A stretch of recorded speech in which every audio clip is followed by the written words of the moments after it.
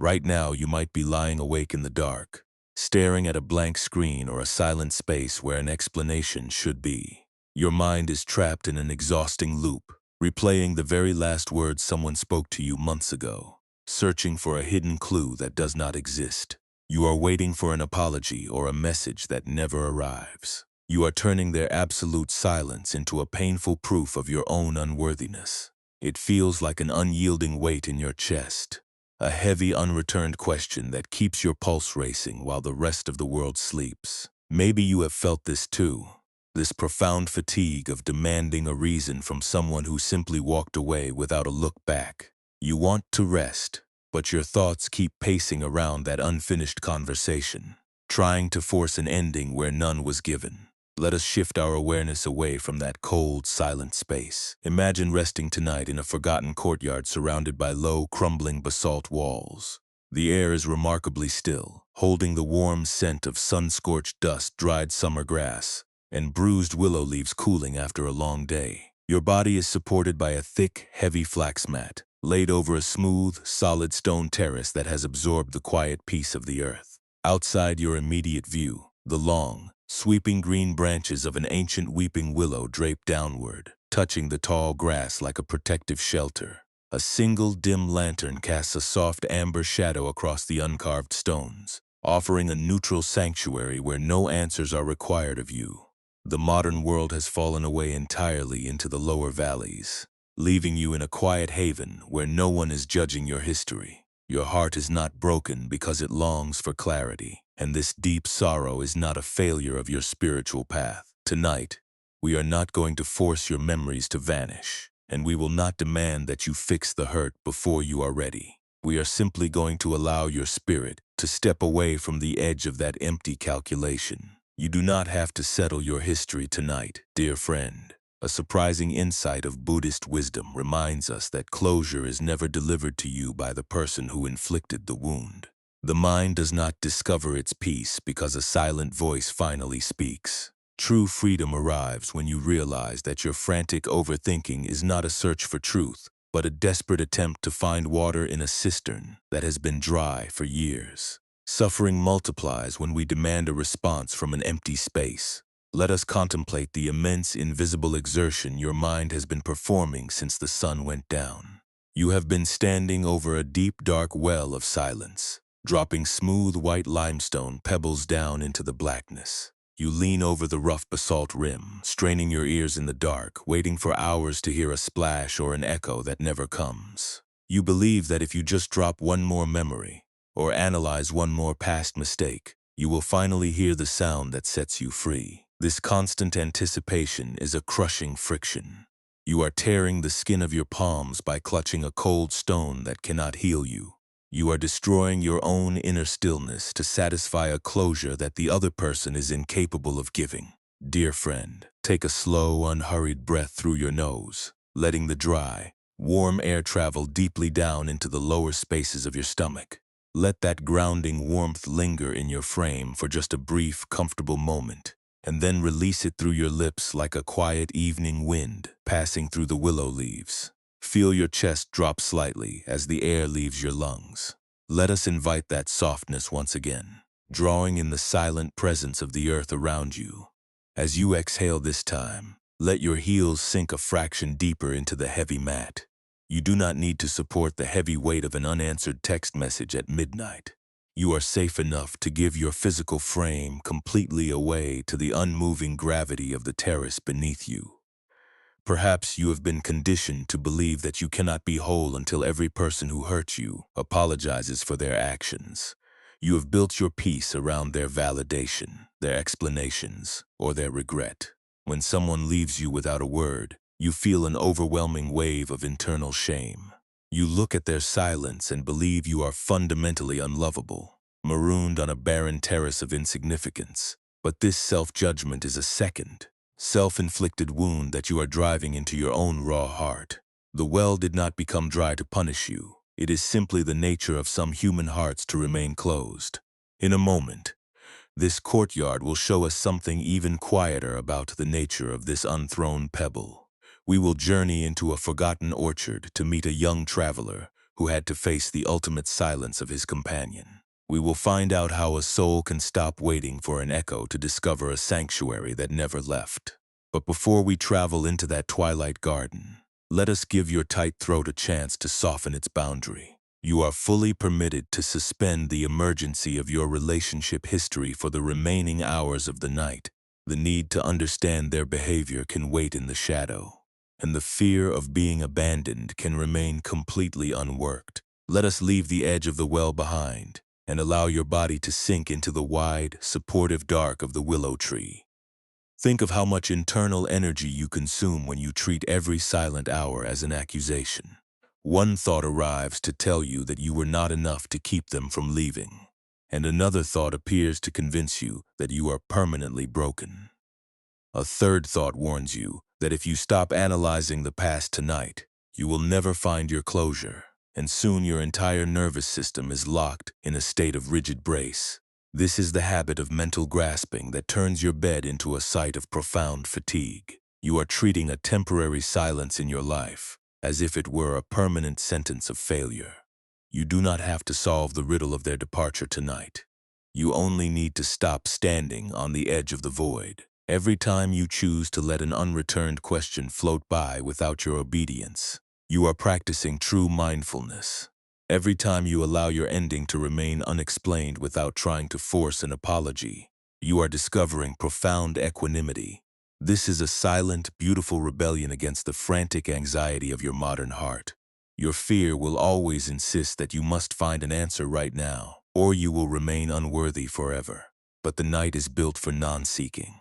The night is a neutral sanctuary where the requirement for external closure is entirely dissolved. As you rest here, imagine the vast, unmoving willow trees standing outside your walls. The great green branches do not apologize for draping downward, and the ancient roots do not demand an explanation from the soil that feeds them. They simply meet the seasons in absolute silence, remaining perfectly grounded through the heat and the frost, without a single moment of internal friction. You can allow your awareness to do the exact same thing right now. You can let the natural gravity of sleep pull you downward, away from the sharp clatter of your self-criticism, and into the cool, spacious depths of pure, unbothered existence. Allow your physical frame to drop a fraction deeper into the heavy blanket. You are completely supported by an ancient, uncarved foundation that has held 1,000 weary travelers before you, and you do not need to wait for an echo anymore. Let the frantic scenarios circle your mind if they must, but do not pick up the stone to answer them. Let them spend their own volatile energy against the basalt walls of the courtyard, while you rest safely in the quiet landing below. We are moving toward a place of deeper integration, step by step, breath by breath. Let the dark shadow of the night hold your emotional fatigue, while we prepare our hearts to receive the lesson of the clink of the pebble. To see how the mind traps itself in a cycle of endless waiting, we can turn our attention toward an old, sun-baked stone courtyard that sits far away from the busy trade roads, tucked into a forgotten corner of the eastern plains. Long before your own internal landscape began to feel the heavy weight of unreturned words, this quiet, dusty enclave was visited by a young traveler named Taku. Taku was a young man possessed by a deep, agonizing sorrow that made his chest feel completely hollow. A close companion, someone with whom he had shared his deepest dreams and years of hard labor, had abruptly walked away from their shared life without offering a single word of explanation. There had been no argument, no final dispute, and no parting warning. There was only a sudden, crushing absence, followed by a total wall of absolute silence. Taku spent his nights pacing his room, endlessly auditing his own memory, trying to find the exact mistake he must have made to deserve such a sudden abandonment. He became entirely consumed by a desperate, driving need for closure, believing that if he could just receive a single sentence of explanation or a brief apology, the heavy constriction in his throat would magically disappear. He began to travel across the provinces, searching for his lost companion, driven by the intense conviction that his life was permanently broken until he could force an ending to that unfinished conversation. His search eventually led him through the rusted iron gates of the abandoned willow orchard, his shoes covered in gray dust, his eyes reflecting a profound, sleepless exhaustion. The courtyard was completely empty except for an elderly caretaker named Elder Jomi. The old man was moving slowly through the tall, dry grass, holding a long broom made of split twigs, clearing fallen leaves with a quiet patience that seemed completely indifferent to the outside world. He did not ask Taku for his name, and he did not offer a formal greeting. He simply pointed his weathered hand toward a deep, circular stone structure that sat in the very center of the parched ground. This was an ancient, dried-out cistern, built from massive blocks of dark basalt that had been scorched gray by centuries of summer sun. The well held no ropes, no iron buckets, and no clear water. It was a bottomless shaft of cold blackness, descending deep into the silent layers of the unmoving earth. Taku walked toward the basalt rim, his heart pounding with a strange, nervous energy. He leaned over the rough stone edge, staring down into the impenetrable dark, and shouted his companion's name into the void. The sound of his voice traveled down the narrow shaft, but no response came back up to meet him. There was only a cold, dead silence that seemed to swallow his breath completely. Out of sheer frustration, Taku reached down into the dry dust near his boots and picked up a heavy, perfectly smooth white limestone pebble. The stone was cool against his sweating skin, polished completely smooth by ancient waters that had vanished decades ago. He gripped the pebble with a white-knuckled tightness, his fingers cramping from the force of his clench, turning his grief into a physical weapon. He held the stone over the center of the dark opening and let it fall. He leaned over the rough basalt rim, straining his ears in the absolute darkness, waiting with an intense, breathless anticipation to hear the sound of a splash. He waited for 10 seconds, then 20, then a full minute, but the silence remained completely unbroken. The dry well was so incredibly deep, or the earth below was so completely parched, that the pebble made no sound at all. There was no echo, no response, and no validation of his effort. Taku felt a sudden wave of sharp, suffocating anger rise in his throat. He reached down again, grabbing another stone, throwing it down with violence. Then another and another, until his breath came in ragged gasps. He stood on the edge for hours, dropping smooth white limestone pieces into the blackness, exhausting his muscles for an echo that never arrived. In a moment, this dusty courtyard will show us how a single shift in our grip can alter the entire architecture of our internal waiting. But as Taku sat down heavily on the rough stone rim, his face covered in dust, his palms bleeding from the rough basalt, Elder Jomi finally stopped his sweeping. The old caretaker walked over with slow, deliberate steps, his twig broom trailing softly through the dry grass. He did not offer a cup of water, and he did not tell Taku to stop his crying. He simply reached down into the traveler's clenched right hand, where a final, smooth white limestone pebble was being gripped with an agonizing force. The old man did not pull the fingers open by strength. He gently touched the base of Taku's thumb, breathing with a long, slow rhythm that matched the quiet rustle of the weeping willow nearby. The old caretaker looked down into the dark basalt shaft and whispered that the well does not hold back its echo to punish the traveler. He explained that some spaces in this world are completely empty, holding no moisture, no voice, and no capacity to return what is thrown into them. He invited Taku to look at his own hand, pointing out that his fingers were bleeding not because the basalt was sharp, but because he was clenching the white limestone pebble so tightly that his own bones were grinding against each other. He told the young man that his search for closure was not an act of love, but a desperate, self-inflicted torment, an attempt to force a dry stone to pour out clear water to prove his own worth. Taku looked down at his cramped white knuckles, a profound wave of emotional recognition washing through his entire frame. He looked at the vast, silent opening of the dry cistern, and he finally understood what the old man was showing him. He saw that his lost companion's silence was exactly like the blackness of the well. It was an empty space that could never give him the peace of mind he was searching for. His frantic traveling, his sleepless nights, and his bleeding hands had not been acts of dedication. They had been the desperate, defensive moves of a mind that believed its own suffering could force a silent voice to speak. He was destroying his own inner peace to demand an answer from a source that was completely dead. He chose to perform one small, real act of internal discipline. He did not magically heal his deep grief, and he did not pretend that the sudden abandonment did not cause a sharp, hollow ache in his chest. But he stopped the habit of treating the silence as an emergency. He looked at the white limestone pebble in his hand, and instead of throwing it down into the black void, he slowly allowed his fingers to uncurl. He laid the cool, polished stone down gently on the soft, thick grass outside the basalt rim. Completely away from the opening, he stepped back from the edge of the cistern, lowered his heavy frame down onto the smooth stone terrace beneath the giant weeping willow, and sat flat on his flax mat. He allowed his hands to rest open on his knees, choosing to sit with the dark uncertainty of his ending without needing an immediate explanation. The twilight faded into an absolute heavy darkness, the silver stars appearing slowly through the long, drooping green branches of the willow tree. Taku did not lean over the rim to check the dark, and he did not listen for a delayed sound from the deep earth. He simply remained flat on the ground, letting his breathing slow down until it matched the deep, quiet rhythm of the ancient orchard. He allowed his identity as the abandoned companion to dissolve into the warm night air, recognizing that an unreturned question is not a permanent sentence of unworthiness. It is simply a stone that no longer needs to be thrown.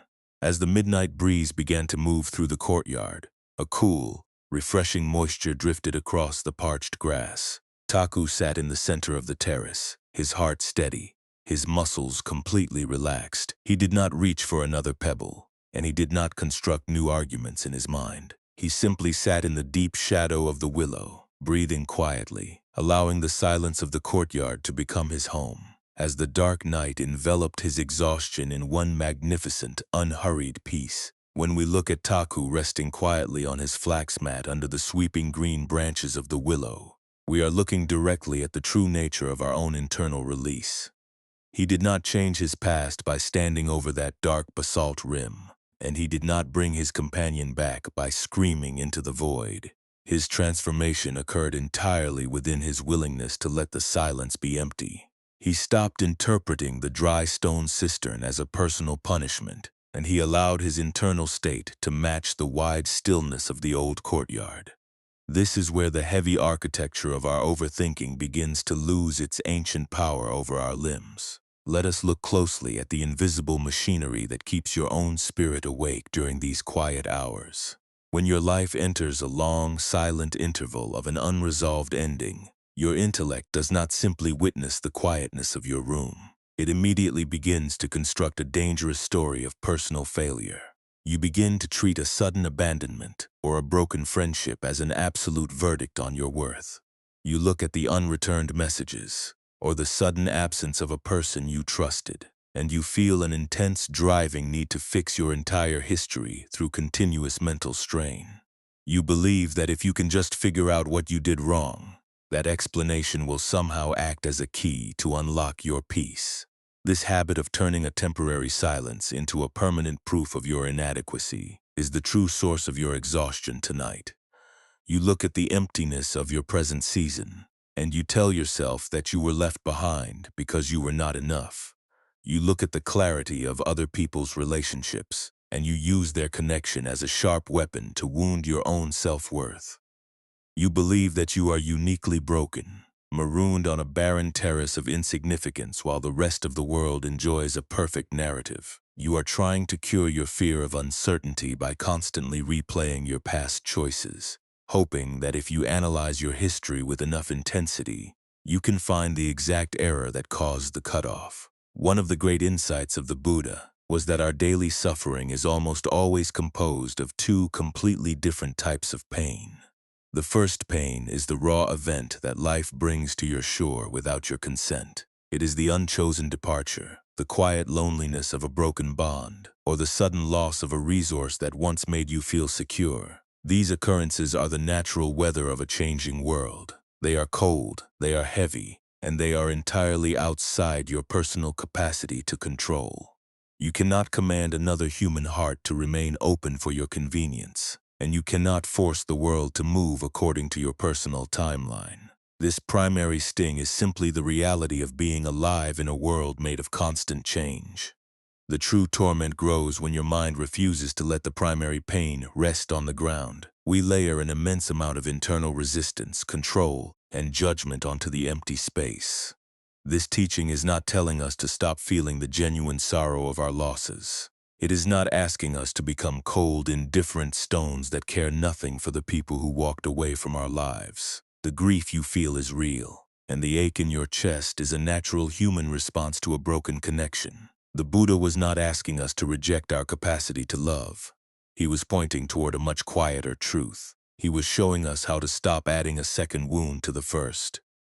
To understand this with absolute clarity, let us look at the exact way your mind creates this secondary suffering.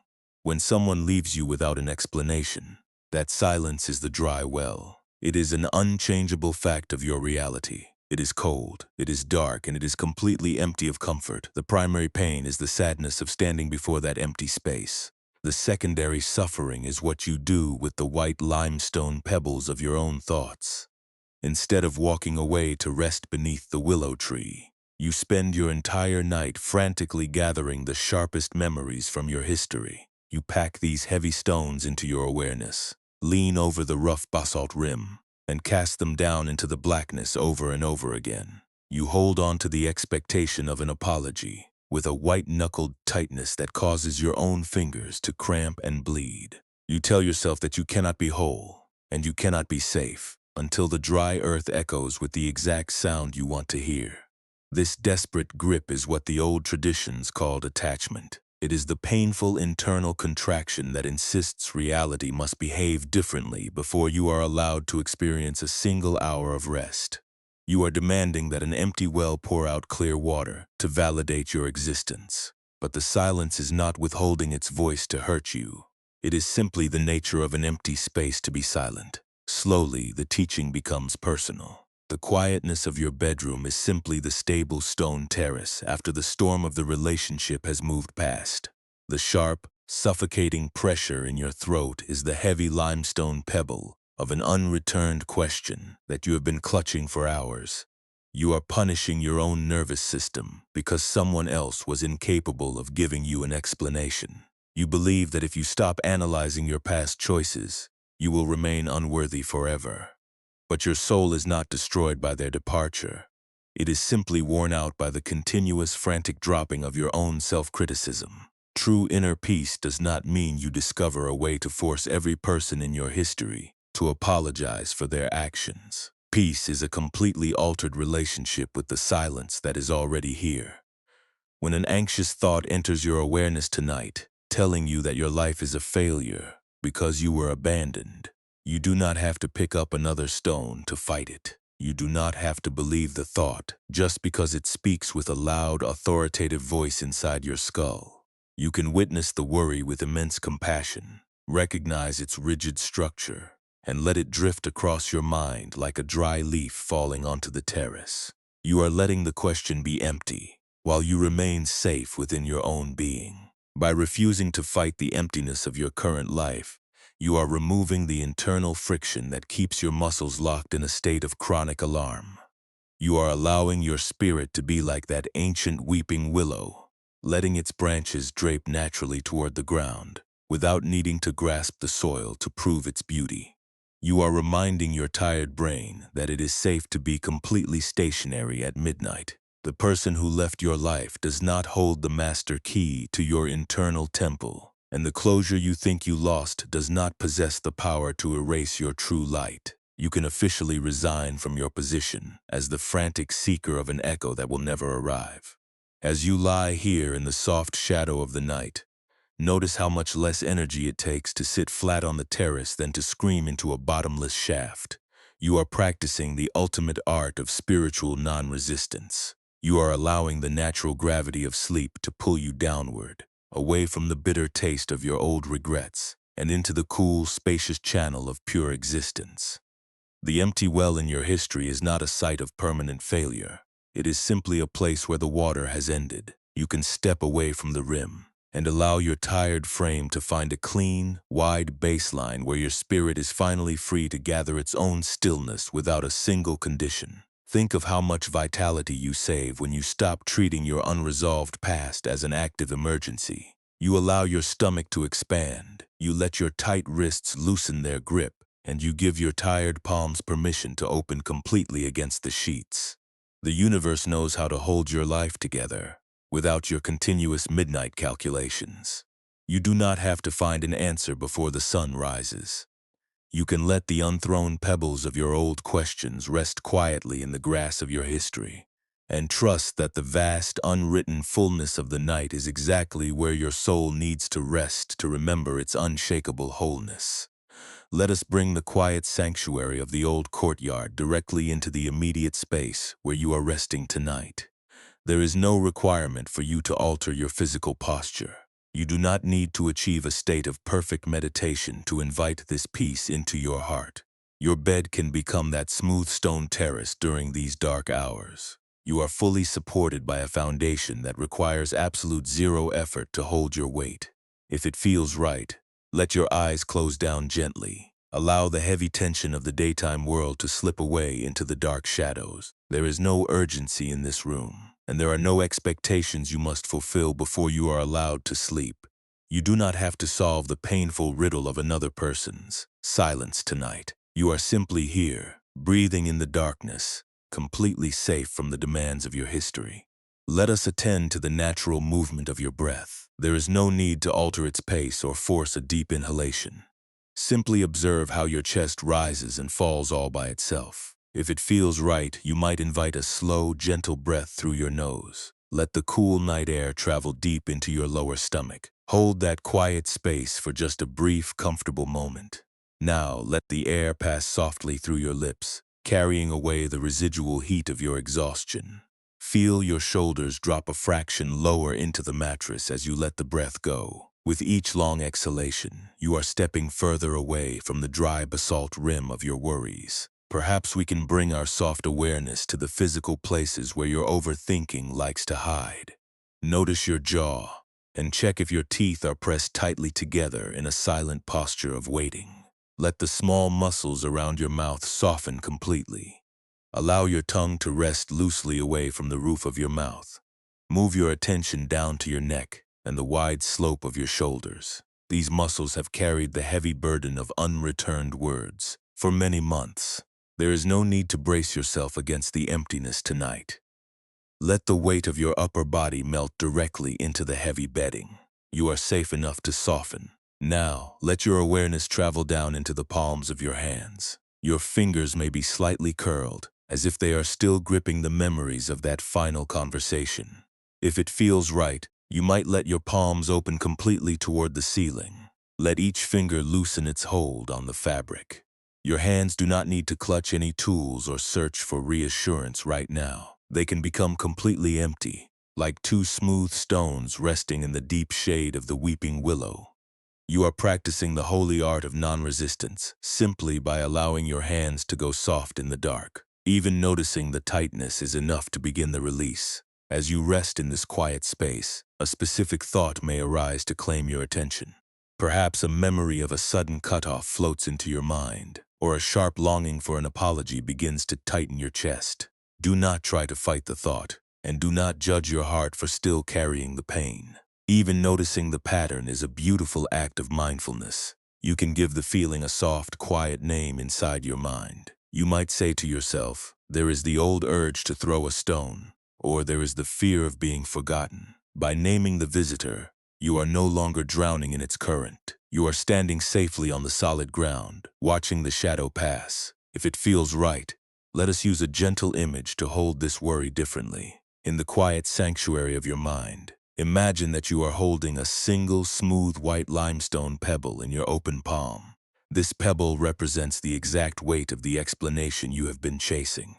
It holds the unreturned text messages, the unanswered questions, and the painful confusion of being left without a word. Feel how cool and heavy the stone is against your skin. For a long time, your mind believed that throwing this stone down the deep well of the past was the only way to find peace.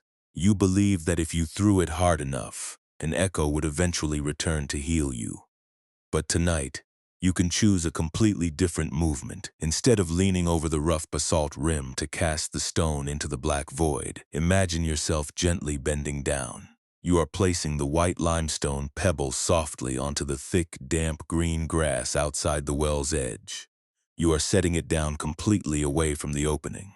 Watch your hand leave the stone behind on the earth. Your fingers are completely free now. Your palm is empty and light, catching the cool evening dew that blankets the courtyard. The stone rests in the wild grass, held by the ancient gravity of the ground, no longer requiring your muscle to balance its weight. Step back from the edge of the dry cistern. Walk over to the wide, smooth terrace beneath the giant weeping willow, and allow your body to lie completely flat on your flax mat. The long green branches drape over your frame like a protective shield, filtering the vast starlight into soft, comforting shadows. The well behind you remains empty, but you are no longer demanding that it speak. You are letting the silence be exactly what it is, without turning it into a sentence of your own unworthiness. You are finding your closure right here, in the quiet alignment of your own breathing body. You are enough, exactly as you are, in the center of this quiet night.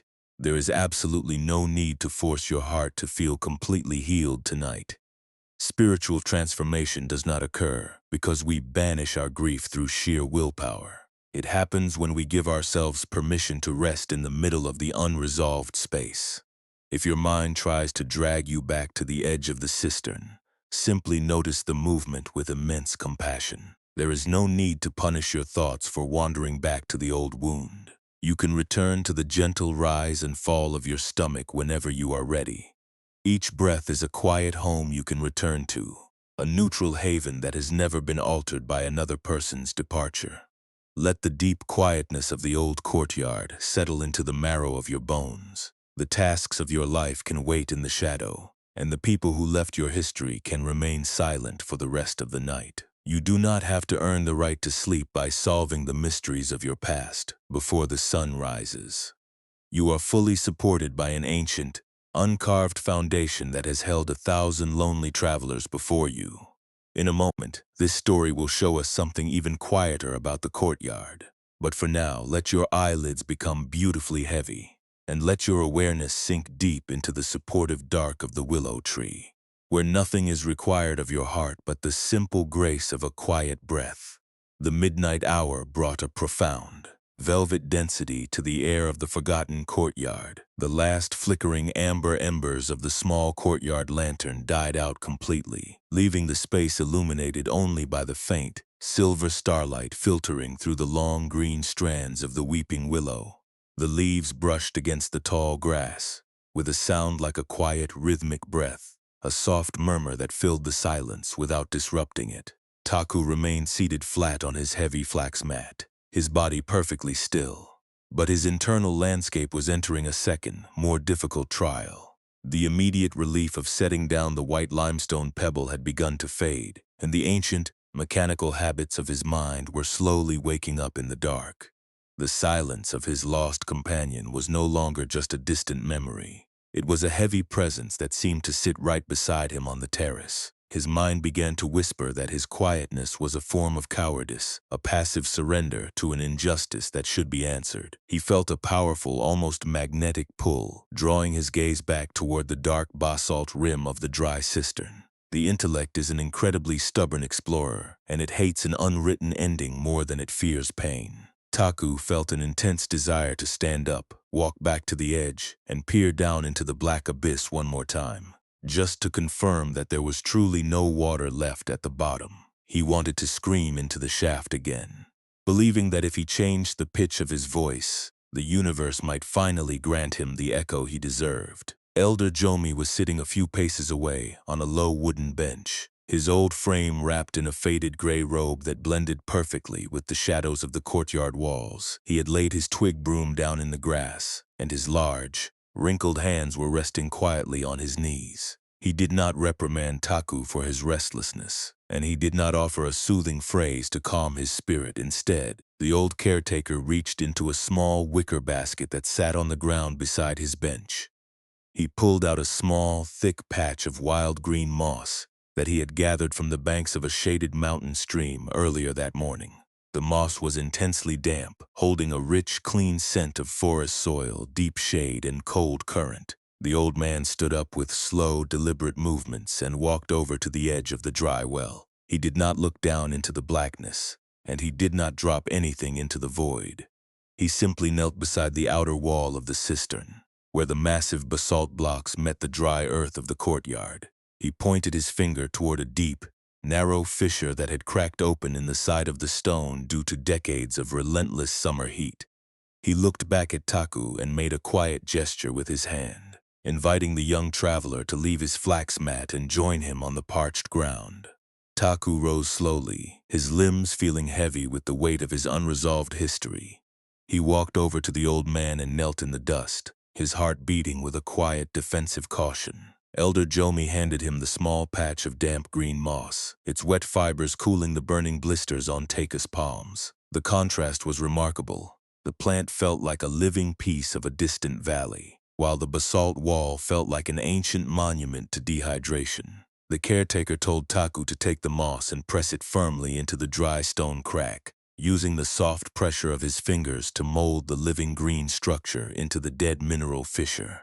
Taku hesitated for a brief moment, wondering how a piece of river moss could possibly heal the immense emptiness in his life. But he decided to obey the simple request.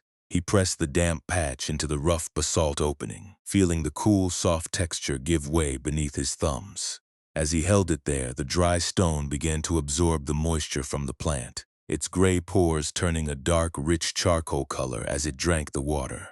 Elder Jomi whispered that the moss does not demand that the well be full before it chooses to grow. It does not wait for the deep cistern to change its nature, and it does not weep because the earth below is dry. It simply utilizes the immediate moisture of the morning dew to build a home on the exterior of the ruin. The old caretaker then pointed toward a massive, gray timber lid that was leaning against the low courtyard wall. The wooden disc was cut from the core of an ancient, weathered cedar tree, thick enough to withstand a century of winter storms, and so heavy that it required the strength of two people to lift it. The surface of the wood was covered in deep silver grains, smelling faintly of old resin and dry wind. Elder Jomi told Taku that it was time to close the search. He explained that true closure is not an agreement that you negotiate with the person who abandoned you. It is a boundary that you build with your own hands out of the reality of the present hour. A powerful wave of internal resistance crashed through Taka's chest as he looked at the heavy cedar lid. He realized that sliding that wood over the cistern meant he would be making a permanent choice to stop seeking an answer. It meant he would be active in sealing his own unfinished history, leaving his companion's silence buried forever in the black earth, without a single line of explanation.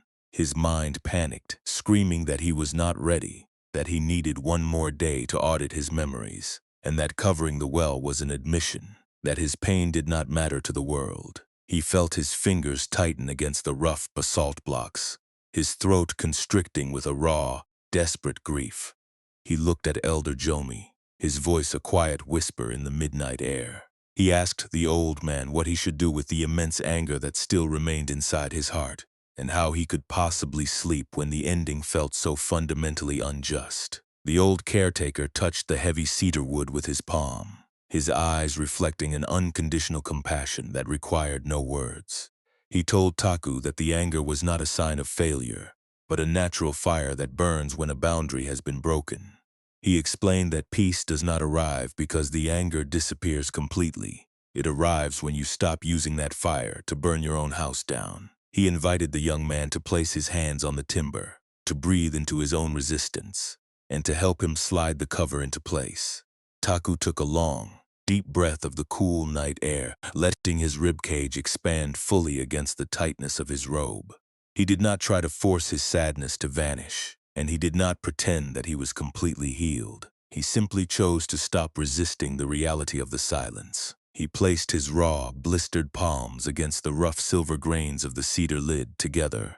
The young traveler and the old caretaker lifted the massive wooden disc and slid it slowly across the rough basalt rim of the well. The wood made a heavy scraping sound against the stone, a deep, solid groan that echoed through the empty courtyard and died away into the willow trees. The mouth of the cistern was completely covered. The black void was gone, hidden beneath 3 inches of solid, unyielding cedar timber. Taku stood over the covered well, his hands resting on the rough wood, his breath coming in slow, steady waves. He felt a sudden, profound lightness break through the center of his chest. The transformation was remarkably subtle. His lost companion was still gone. The relationship was still broken, and he still did not possess a single answer for why he had been abandoned. But the constant temptation to look down into his own trauma had been removed by his own choice. He had ceased his position as the helpless waiter of an echo. He walked back to his flax mat beneath the giant weeping willow, his movements unhurried and steady. He did not look back at the covered stone structure, and he did not check his palms for dust. He lowered his body down onto the smooth stone terrace, wrapping his gray linen robe tightly around his frame, and allowed his limbs to become completely heavy. He chose the quiet discipline of sitting with his own unwritten future, letting the empty space in his life remain completely empty without trying to fill it with panic. He was finally learning how to live in the courtyard without needing the well to be full, his spirit resting safely in the wide, unbothered dark of the night. Elder Jomi picked up his twig broom once again, his slow strokes making a soft, brushing sound against the dry grass that blended with the midnight wind. The old orchard was completely still, the long green branches of the willow draping over Taka's resting form like a vast protective canopy. In a moment, this deep transformation will show us how to navigate the silent cutoffs of your own modern life. But as the young traveler closed his eyes in the shadow, his mind was no longer racing through the ruins of his yesterday. He was simply breathing with the earth, completely grounded on a terrace that required no explanations to be whole. The deep stillness of the courtyard under the weeping willow invites us to look directly into the secret mechanics of our own emotional suffering. When we watch Taku slide that heavy cedar lid over the dark basalt opening, we are not looking at a person who has magically erased his past. We are looking at someone who has finally seen through the deception of his own internal tracking systems. He did not change the fact that he was abandoned, and he did not extract an explanation from the person who hurt him. His entire perspective shifted because he stopped treating the emptiness as an active attack on his identity.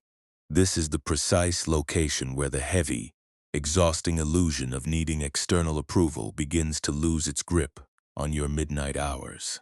Let us explore the hidden pathways that cause your mind to remain so tightly wound when the world around you is completely silent, when you experience a sudden rupture in a close bond, or when someone leaves your life without a single line of explanation. Your intellect does not simply feel the natural sorrow of that absence. It immediately launches a complex, defensive investigation within your own thoughts. You lie awake in the dark, turning that silence into a giant mirror, and using its blank surface to reflect your own deepest flaws. You look at their lack of an apology, and you tell yourself that if you had been more interesting, more reliable, or more successful, they would have stayed to complete the narrative. You are trying to use self-loathing as a hidden tool to force an unavailable reality into compliance. This habit of turning an empty space into a permanent proof of your own unworthiness is a profound psychological trap. You become completely consumed by a desperate desire to control how the past is settled, rehearsing old arguments and replaying ancient conversations to fix the ending. You believe that your overthinking is an act of high intelligence, a protective labor that will eventually discover the secret key to your freedom. But this constant mental auditing is actually a state of intense friction. It is fear masquerading as a protector, convincing you that if you ever stop pacing around the edge of your memories, you will be discarded by the universe completely. You are building an entire identity around the person who was incapable of seeing your light. One of the most compassionate insights of the Buddha was the clear distinction between the raw friction that life brings to our door and the massive weight of secondary suffering we choose to carry on our shoulders. The first pain is the neutral weather of a changing human existence. It is the unchosen departure of a friend, the cold silence of a broken promise, or the natural fading of a season that used to bring us comfort. These occurrences are heavy, they are real, and they are completely outside our personal ability to govern. You cannot command another person's heart to remain open when their own internal patterns have driven them to close their borders. This initial sting is simply the baseline reality of living in a world where everything is subject to shift. Our true torment grows when the mind refuses to allow the empty space to remain empty. We add a heavy secondary layer of judgment, resistance, and self-punishment onto the silence, believing that our pain gives us a right to demand an answer from the void. To understand this with absolute clarity, let us think about a traveler who is walking through an arid valley and encounters a tree with dry, bitter fruit that is completely unpalatable to the tongue. The disappointment of the bitter taste is the first pain. It is a simple, physical event that requires him to pack his things, adjust his path, and walk toward a different orchard where fresh water can nourish the roots. The secondary suffering is what the traveler creates through his own resistance to the nature of the tree. Instead of walking away into the cool shade, he becomes absolutely furious that the wood has produced something bitter. He uses a sharp stone to cut a deep notch into his own left forearm for every piece of sour fruit he finds on the branches. He carries a heavy canvas sack filled with the rotten rinds everywhere he travels, refusing to look at the green hills ahead and refusing to allow his muscles to rest. Every evening before he sleeps, he opens the sack and presses the bitter juice directly into his bleeding cuts to remind himself of how unfair the valley was to his hunger. He is suffering intensely, not because the fruit is still on the branches, but because he has turned the bitterness of the tree into a permanent infection in his own flesh. Now let this ancient wisdom touch the immediate space where your body rests tonight. The silence of your dark bedroom is simply the quiet clearing after the traveler has walked away from the bitter tree. The sharp, suffocating restriction in your throat is the heavy sack of old rinds you have been collecting from your unreturned messages. You are demanding that your entire history be flawlessly explained before you give your nervous system permission to relax. You believe that if you stop criticizing your own past choices, you will remain abandoned forever. But your spirit is not broken by the silence of the other person. It is simply exhausted by the relentless labor of driving a sharp stone into your own skin. True inner freedom does not mean you discover a way to force every closed heart to open its gates for your closure. Peace arrives when you change your relationship with the empty spaces that are already here. When an anxious thought enters your awareness tonight, whispering that you were abandoned because you were not enough to love, you do not have to pick up the iron ladle of overthinking to answer it. You do not have to believe the prediction just because it speaks with a familiar, painful tone inside your skull. You can witness the panic with immense, unconditional tenderness, name its fragile wicker structure, and let it pass through your mind like a gray cloud moving across the plain. You are letting the question be empty while you remain secure within your own being. By refusing to obey the frantic command to find an answer, you are removing the internal friction that keeps your muscles locked in a state of constant alarm. You are allowing your spirit to be like that uncarved stone terrace, letting the passing scenarios of tomorrow drift freely through your awareness, without breaking your connection to the stable earth beneath you. You are reminding your tired brain that it is safe to be completely stationary at midnight. The person who left your life does not hold the master key to your internal temple, and the closure you think you lost does not possess the power to erase your light. You can officially resign from your position as the tireless seeker of an echo. As you rest in the soft shadow of the night, notice how much less energy it takes to lie flat on the ground than to strike an unyielding wall of basalt in the dark. You are practicing the ultimate art of spiritual non-resistance. You are allowing the natural gravity of sleep to pull you downward, away from the bitter taste of your old regrets, and into the cool, spacious channel of pure existence. The empty well in your history is not a site of permanent failure. It is simply a place where the water has ended. You can step away from the rim and allow your tired frame to find a clean, wide baseline where your spirit is finally free to gather its own stillness without a single condition. Think of how much vitality you save when you stop treating your unresolved past as an active emergency. You allow your stomach to expand. You let your tight wrists loosen their grip, and you give your tired palms permission to open completely against the linen sheets. The universe knows how to hold your life together without your continuous midnight calculations. You do not have to find an answer before the sun rises. You can let the unthrown pebbles of your old questions rest quietly in the grass of your history, and trust that the vast, unwritten fullness of the night is exactly where your soul needs to rest to remember its unshakable wholeness. Slow, steady, step by step, the mind begins to lose its desperate velocity. In a moment, this story will show us how to bring this quiet stability into the small, ordinary choices of your upcoming morning. Slowly, the ancient stillness of the courtyard begins to touch the very fabric of your modern daytime life. We must bring this quiet understanding away from the forgotten orchard and the mossy basalt walls, carrying it directly into the spaces where your daily routine unfolds. You do not spend your morning standing over an ancient cistern in an abandoned plain. Your world is built of glowing glass screens, digital notifications, and unceasing domestic and professional demands. The modern silences that test your spirit do not arrive with the deep silence of a desert night. They appear as a cold gap between messages on a lit interface, an empty space in a room where someone used to stand, or a sudden, unexplained absence after years of shared familiarity. Yet, the internal mechanism that causes your pulse to race is exactly the same friction that Taku felt as he stood on the edge of the void.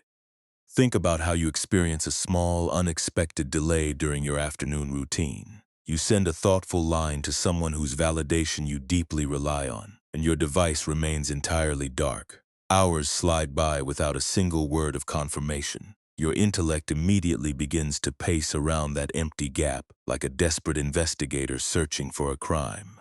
You feel a tight, narrow restriction forming in the center of your throat. Your thoughts begin to move at an incredible internal velocity, replaying your past interactions, analyzing your phrasing, and wondering if some hidden defect in your personality has finally driven them away. In that single moment of waiting, you are attempting to force an echo from a space that is simply not ready to speak. You are treating a quiet pause in human communication as an absolute emergency. Maybe you know the deep, exhausting sorrow of lying awake after a close relationship or a long-term friendship has abruptly broken apart in complete silence. The other person has stepped behind a wall of absolute unavailability, leaving you without a conversation, without an explanation, and without a closing signature. Out of pure survival instinct, your mind begins to run through the ruins of your shared history.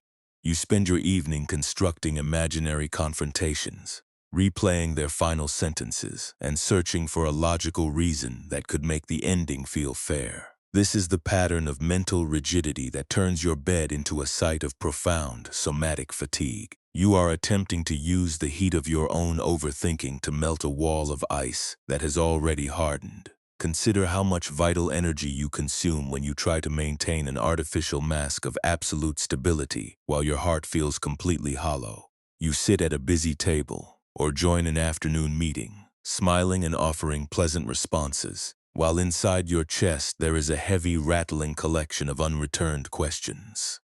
You answer every inquiry with a cheerful voice, assuring your colleagues and your family that you have everything perfectly under control. Yet, beneath the calm performance, your muscles are locked in a state of continuous brace. You are trying to act like an unbreakable wall because you are terrified of your own vulnerability. You believe that if you show a single trace of your true grief, you will be deemed inadequate by the world around you. We can observe this same exhausting momentum when you want to rest but feel an intense wave of burning guilt the moment your hands go idle. You sit on a chair or lie on your couch, but your mind immediately tells you that you are falling behind your peers. It whispers that you have no right to stop moving, while your life history remains unresolved and your questions are still unanswered. This guilt is simply the voice of your old panic, trying to force you back to the edge of the cistern, to drop one more limestone pebble into the dark. You are treating your rest as a luxury that must be earned through absolute exhaustion, rather than a neutral baseline that belongs to you by right of birth. But true inner peace does not require your outer life to be completely clarified before you are allowed to be whole. Wisdom is practiced in the very small, ordinary thresholds of your upcoming morning. It begins when you feel that familiar surge of urgency rising in your chest as you check your device for a message. Instead of letting your fingers scroll through the void in search of reassurance, you can choose to pause. You can take one slow, conscious breath before you react to the silence. You can let the initial sting of their unavailability rest in your awareness without turning it into a proof of your own unworthiness. You are letting the screen remain dark without letting it dim your internal light. This simple pause is a profound act of spiritual discipline. In that brief pocket of time, you are letting the rough handles of your old expectations slip from your palms. You are allowing your ending to remain completely unexplained without trying to force a breakthrough. When a self-critical thought enters your mind, declaring that you were abandoned because you were not enough to love, you do not have to lift a heavy weapon to answer it. You can look at the accusation with immense, unconditional tenderness, name its fragile structure, and let it pass through your mind like a dry leaf falling onto the pavement. You are letting the question be empty, while you remain safe within your own skin. We can bring this soft, porous posture into the way we hold our current relationships.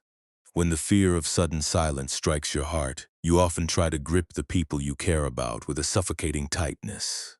You try to manage their moods, you look for hidden meanings in their tone, and you try to force their behavior into a rigid design that makes you feel secure. This white-knuckle clenching is the exact mechanism that introduces fracture into your home.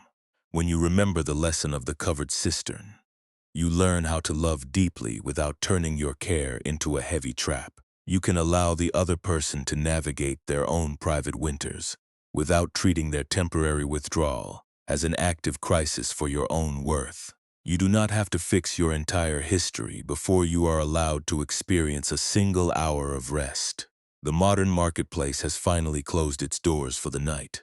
The notifications have stopped arriving, and the people who left your life are completely unreachable in the dark.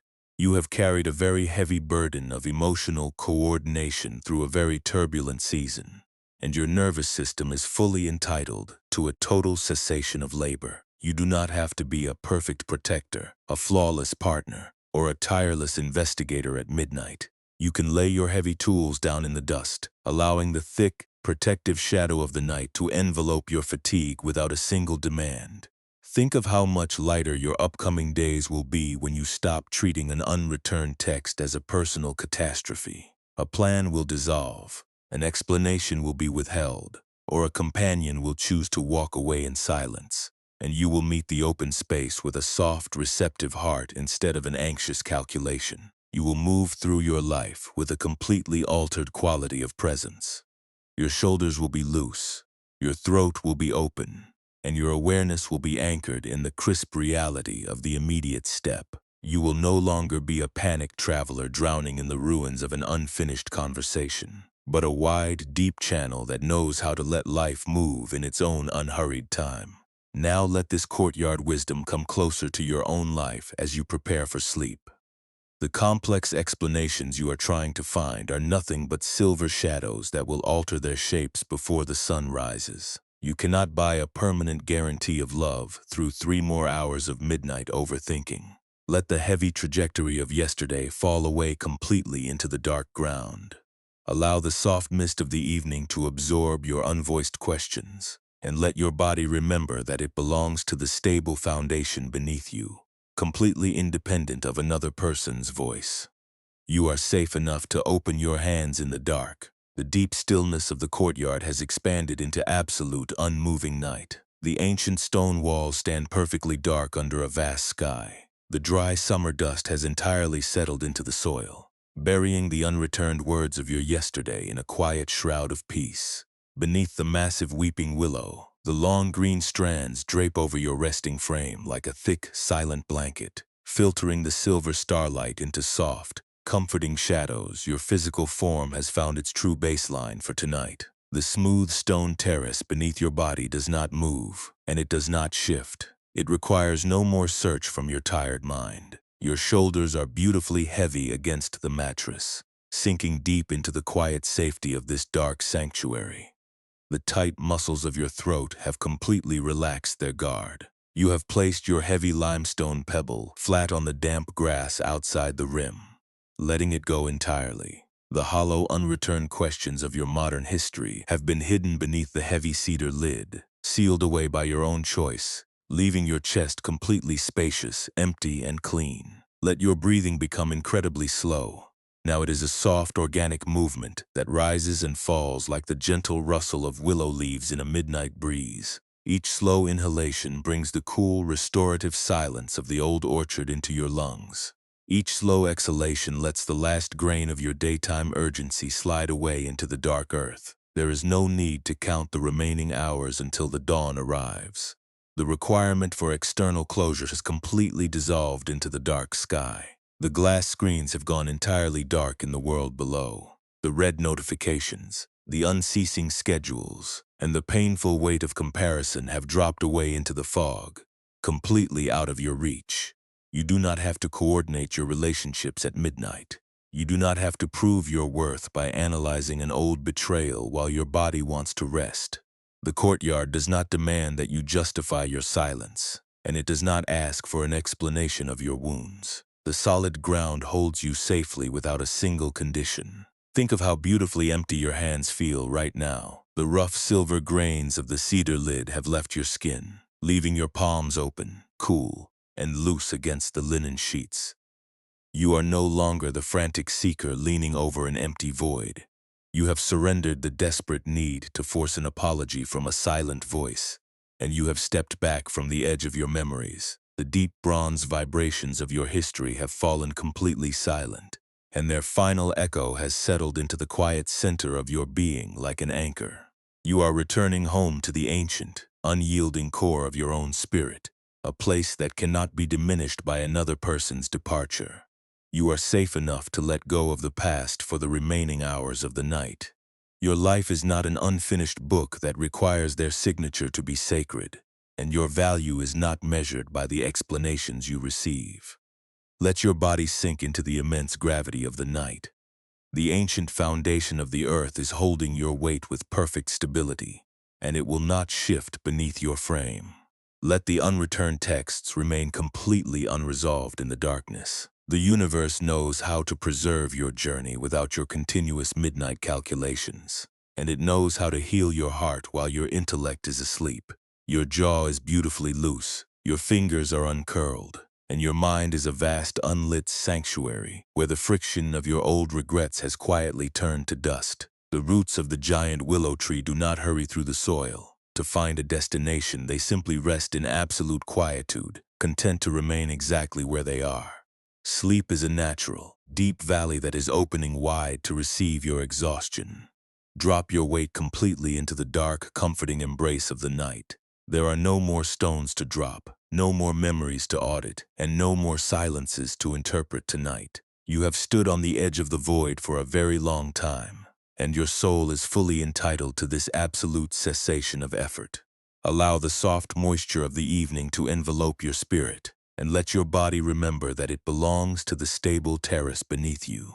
You are completely whole, you are completely safe, and you are finally permitted to rest. What if the closure you have been tracking across the provinces was never waiting in their apology, but in the quiet courage of your own unclenched hand?